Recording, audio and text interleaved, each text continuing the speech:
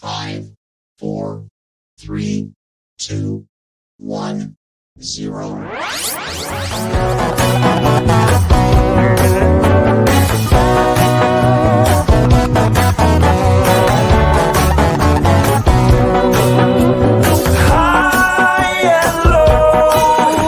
It's how I roll, a shooting star in a film noir.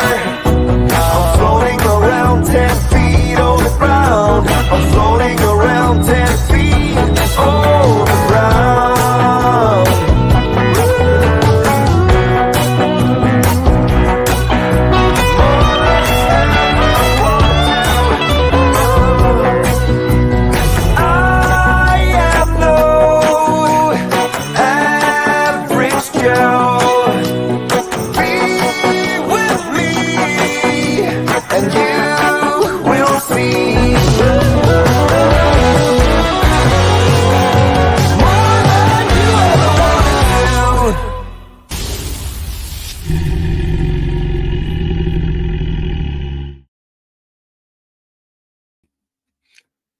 Hey folks, this is John Baranch, Dr. John Baranchuk, coming at you again for the second time tonight. Unfortunately, we had a major technical malfunction and my entire show crashed. So I'm recording this one and gonna post it up as soon as I can. You may also notice, it's been quite a night, that I'm without my signature hat. After my show crashed, I had to make a few phone calls. And in doing so, I sat my hat down on my couch, and my dog, in the course of 3 phone calls, ate it up. So, in for a penny, in for a pound, I'm going to have to get me another hat. But the show goes on. So, tonight's show is on PTSD and looking at how Sasquatch encounters can lead to PTSD. For those of you, I know there were some new folks tuning in to the last show. My show is trying to bring psychological science, knowledge, and research processes to the hunt for Bigfoot. And today's show is one of those knowledge shows. Sitting around campfires talking with other researchers and people who have been on expeditions, I realized that many of them had suffered or developed PTSD in response to their Class A and Class B encounters. Given how traumatic some of these encounters can be, there's no surprise there.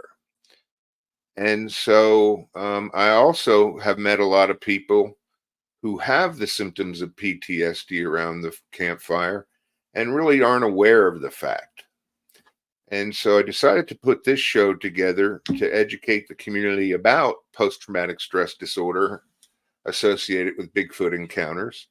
And really what we're going to do is we're going to do an overview of the diagnostic criteria for PTSD. We're going to briefly consider ASD, which is acute stress disorder compared to post-traumatic stress disorder or PTSD. Briefly touch on some treatment modalities that can be effective. But as usual, the format of my show is to typically read a story related to the topic at hand, and then get into my slide presentations and providing information.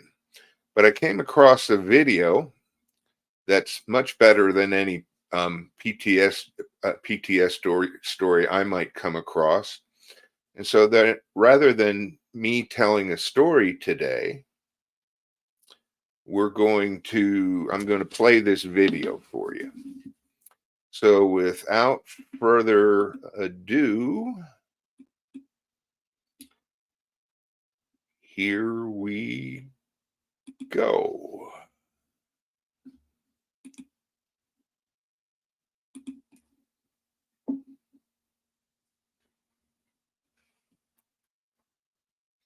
In the vast remote forests of southern Oregon, local psychologist Matthew Johnson had what's been called one of the most credible Bigfoot sightings of the last 20 years. Less than 70 miles from the most famous of all Bigfoot encounters at Bluff Creek, California, Johnson says he saw the creature on a remote trail at the Oregon Caves National Monument, a popular tourist destination. 8 years later, the Daily Courier and the dailycourier.com took Johnson back to the exact spot where it all happened. This is the tree right here.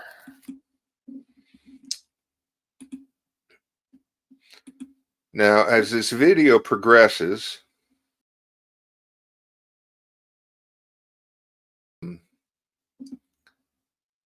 listen to the emotion. This guy is being interviewed 8 years after his encounter, but they also include interviews, I'm not sure how long after his encounter, but soon after his encounter. And just look for the signs of PTSD. Look for some of the facial flushing, which is the arousal. Look for some of the emotions. This gentleman does a fine job of holding things in and holding things back. And how his emotions can be provoked by being around things that represent the encounter or remind him of the encounter. So we're going to go back to the video.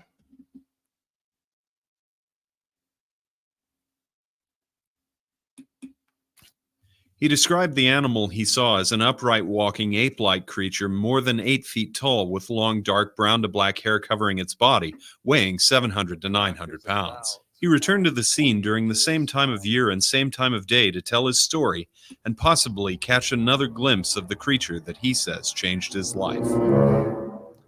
Everything that I knew about the great outdoors Listen to his came voice. crashing down. I'd never been so scared in my life. The encounter spurred Johnson to begin gathering research on Bigfoot through expeditions into the Oregon wilderness. For the first time on any broadcast, we'll examine actual video footage from those expeditions and interview the investigators who looked into Johnson's sighting. I did.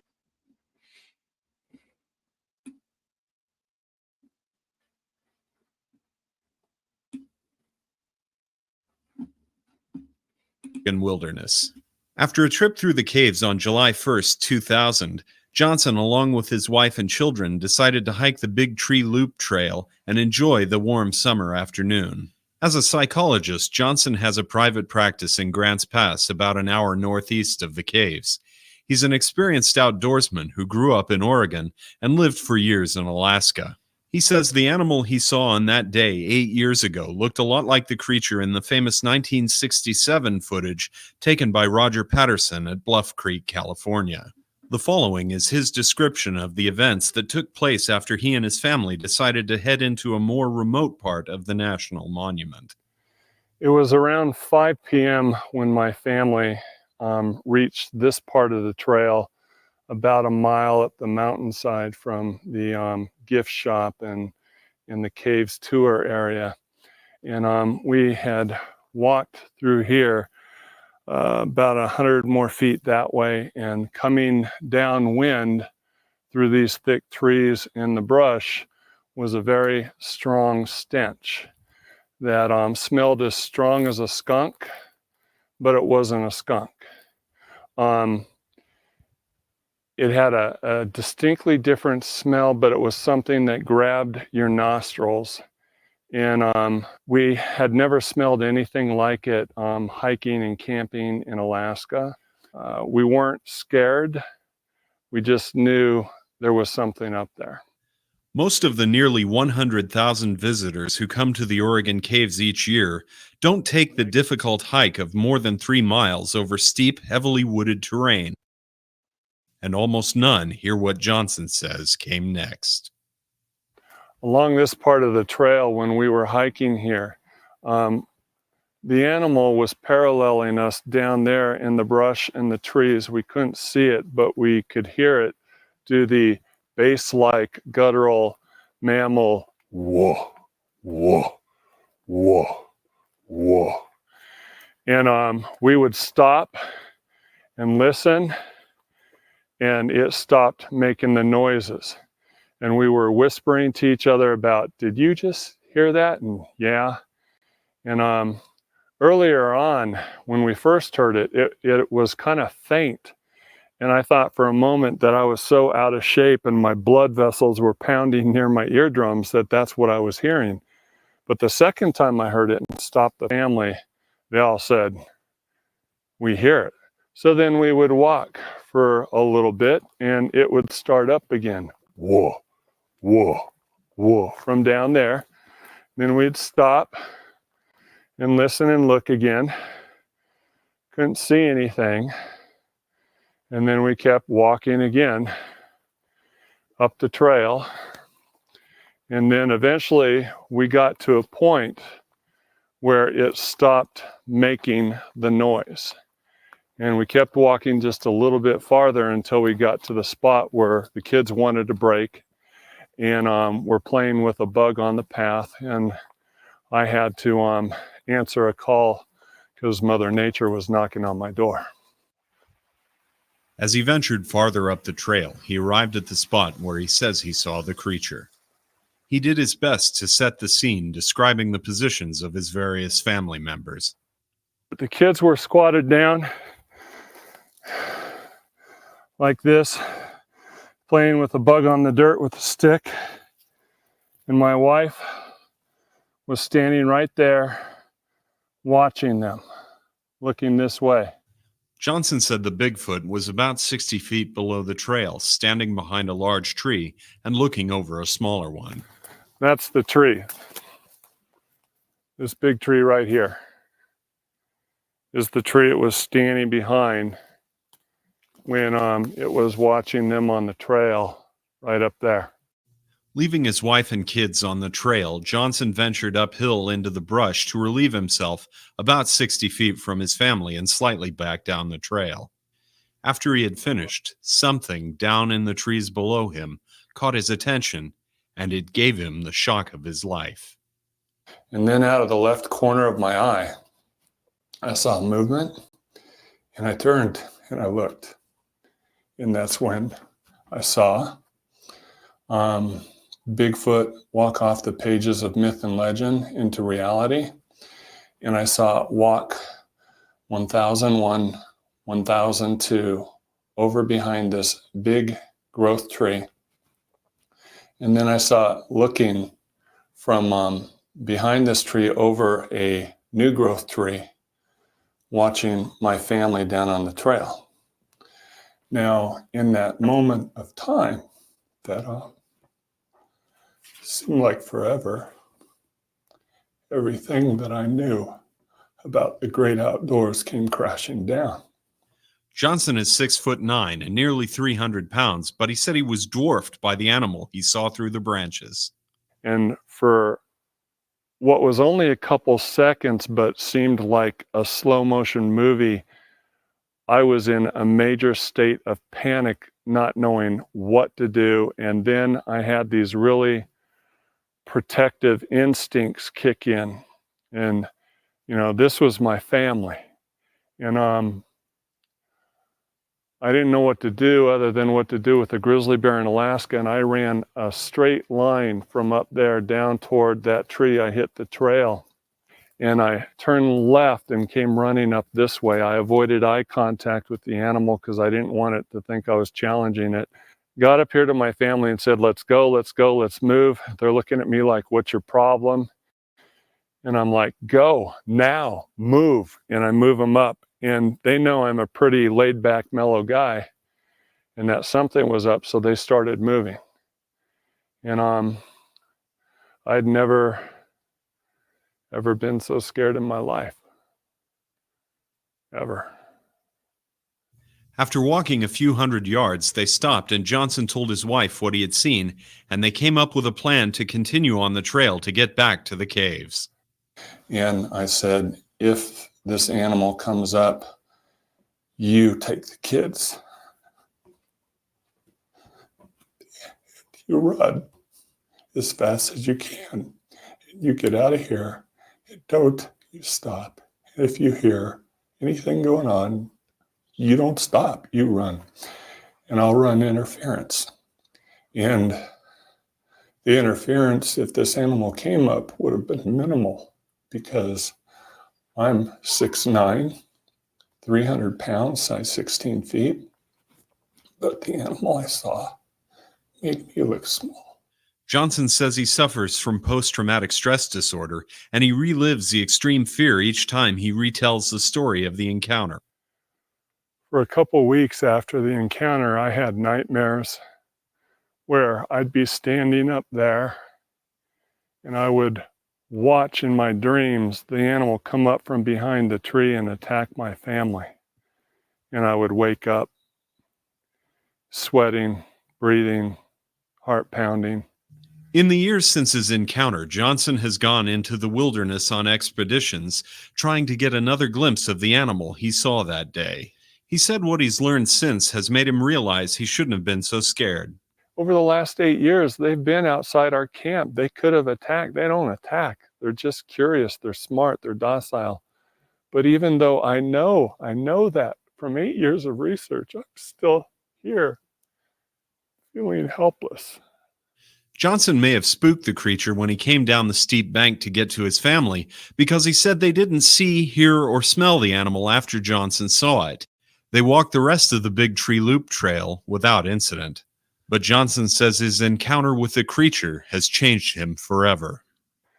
Every guy has a hobby, and on July 1st, 2000, my hobby found me up there on the mountain in those woods. And as long as I'm physically able and my friends are willing, we're going to continue to scour these mountain tops until we find indisputable proof that this animal exists, get it identified as an existing species on the endangered species list, and protect its habitat. In part 2 of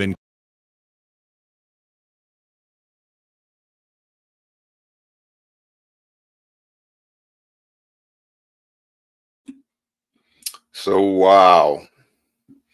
One, I commend him for having the courage to make this video. You could see the emotion coming through 8 years later.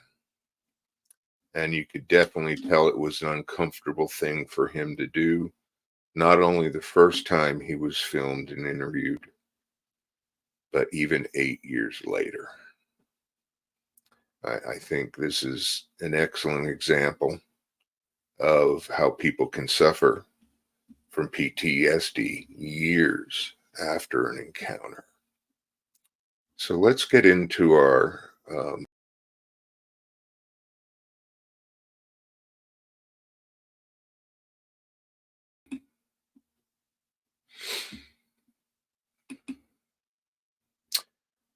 first, we're going to go over the diagnosis.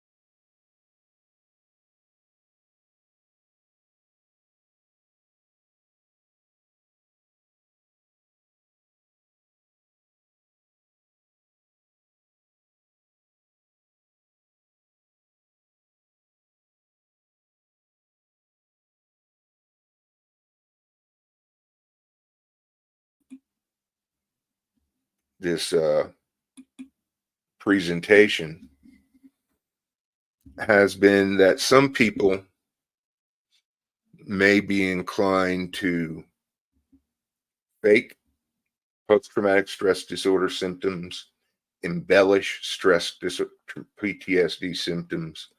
And I'm not accusing anyone specifically out there of that, but within the Bigfoot community, certainly Class A experiences are a trophy for many people and are worn as a badge of courage. And I think, although it's a minority of people, it's not beyond some people to kind of hold out and show their PTSD symptoms as that badge of courage, because it makes them all the more special. Not saying that occurs a lot, but some people come to Sasquatching and quickly realize that they can glean special attention, get a sense of self-esteem, calling themselves a researcher or an investigator. And so it's not beyond the person to maybe magnify these symptoms or be out there. In my experience, in my experience treating folks with post-traumatic stress disorder, one of the hallmarks is people don't want to talk about this stuff. People don't enjoy talking about this stuff. It's very uncomfortable to talk about or re-experience these emotions. So you can never be sure, unless you do a clinical interview with the person, whether they're faking it or not. But if you know anyone out in the trail that is real verbal about their experience and how traumatizing and life-changing it was, just be careful. Just be careful is all I'm going to say. Well, that's the end of the show for today. It's been quite an evening. I thank you very much for attending the show, watching it. And as I always say at the end of my show, please keep your mind open, your boots on the ground, and your heart with your higher power. We'll see you on the flip side. Bye-bye.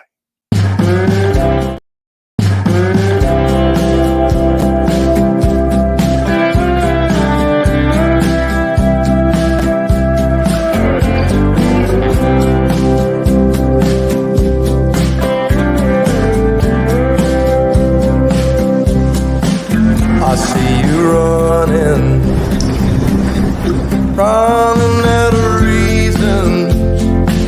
Don't try to blame it on the season. Why you wanna walk away?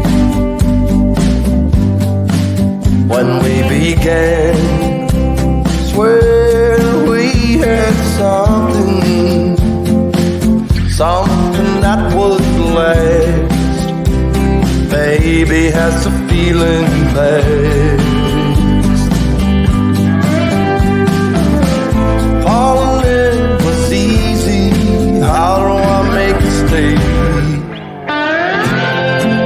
I'll never let go of you. Tried and true.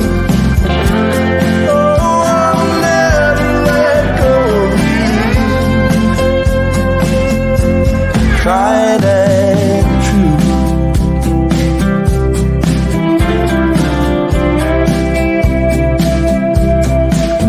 Was I a fool?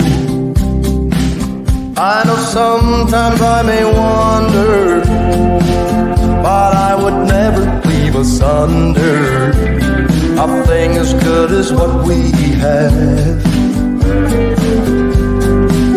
Is it a rule?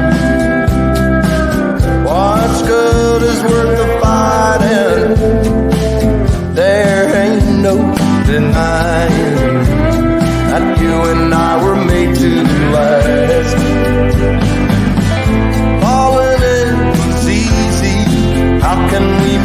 stay. I'll never let go of you. Tried and true. I'll never let go of you. Tried and true.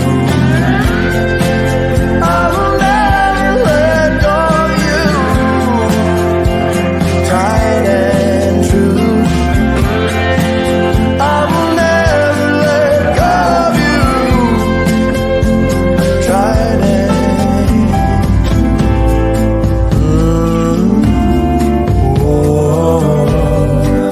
Have you had a change of heart?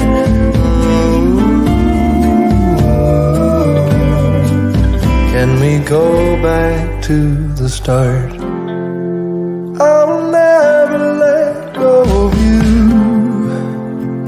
Tried and true.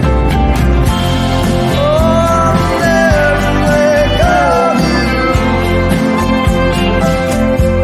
Tried and true.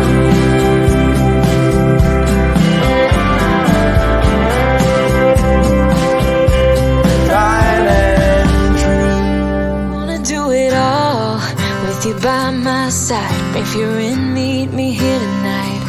Be brave and come along. I'll be alright. Promise we